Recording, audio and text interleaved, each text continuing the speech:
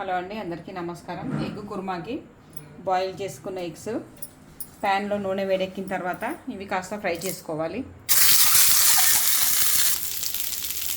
కాస్త పసుపు, కొద్దిగా ఉప్పు,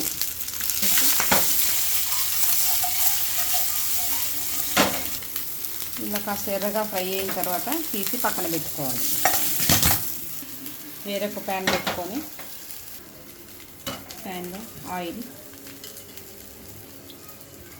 ప్యాన్లో నూనె వేడెక్కిన తర్వాత కాస్త గరం మసాలా,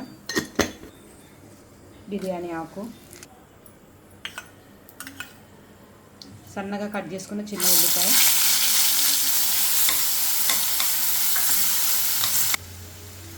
మిక్సీ పట్టుకున్న 2 టమాటాలు పచ్చి వాసన పోయేంత వరకు ఉడికించుకోవాలి.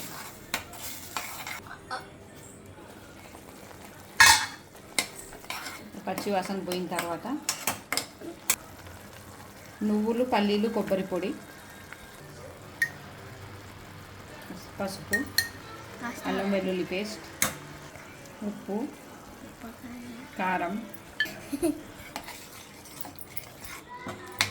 మూత పెట్టి 1 నిమిషం మగ్గనివ్వాలి.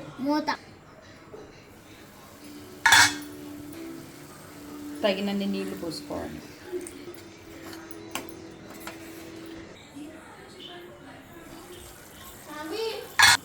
ఇలా గ్రేవీ ఉడికేటప్పుడు పక్కన పెట్టుకున్న ఎగ్స్ ఇందులో కలిపేసుకోవాలి. గుడ్లు వేసిన తర్వాత ఒక 2 నిమిషాలు ఉడకనివ్వాలి.